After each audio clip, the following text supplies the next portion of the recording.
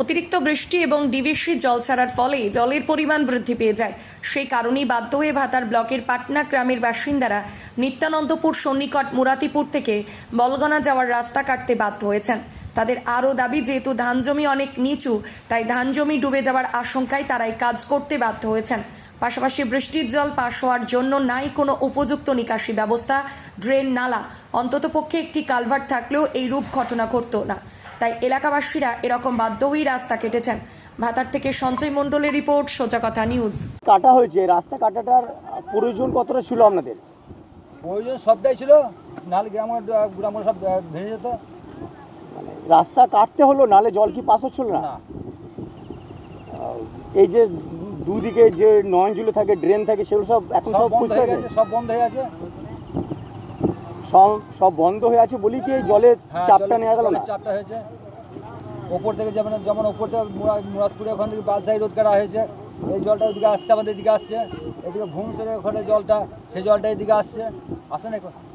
আচ্ছা, এই যে ধরুন রাস্তা কাটলেন, এখন এইখানে কি একটা সাঁকো হলে কি ভালো হতো? মানে আগে যখন তৈরি করা হলো তখন তারা যদি কোনো পুল বা কিছু করতো তাহলে এই সমস্যা হতো না তো? সাঁকো হলে সেটা আমি বলতে পারবো না। সাঁকো হলে এখন এই গ্রামের লোক বলবে, এটা এখন এই গ্রামের লোক, পান্না গ্রামের লোক বলবে সাঁকো, কিন্তু এটা ডাঙ্গাপাড়া গ্রামটা আমাদের, এটা ডাঙ্গাপাড়াটা। মানে এই জলটা মানে যদি না কাটলে সম্পূর্ণ গ্রাম ভেসে যেত, তাই বাধ্য হয়ে মানুষ করেছে। ভেসে গিয়েছে। আপনার নাম? আমার নাম লালবাবু। নিত্যানন্দপুর আর পাটনার মধ্যে নিত্যানন্দপুর। এই রাস্তাটা তো গতকালকে কেটে দেওয়া হয়েছিল, কেন মানে হঠাৎ করে কেন কেটেছিলেন? জলের চাপের জন্য কাটা হয়েছে। এই যে রাস্তা না কাটলে কোন গ্রাম ভেসে যেত বলে আপনার? পাটনা গ্রাম ভেসে যেত, আবার এই পাশের গ্রামগুলো সবই ভেসে যেত। এই যে ধরুন রাস্তা কাটা হলো, তাহলে এইখানে যদি সাঁকো থাকতে হলে এই সমস্যা হতো না তো? সাঁকোটা হওয়ার পজিশন হতে হবে, তো তার জন্য তো হয়নি। তাহলে কি কারণে এই সমস্যা হলো? কি কারণে হয়েছে, এবার রোড কোম্পানি করতে না দিলে কি করে করবে?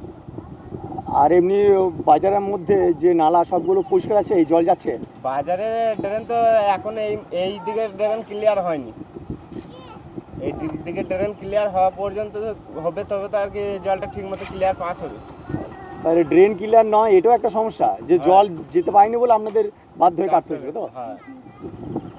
আপনার নাম? আপনার শেখ ইউসুফ।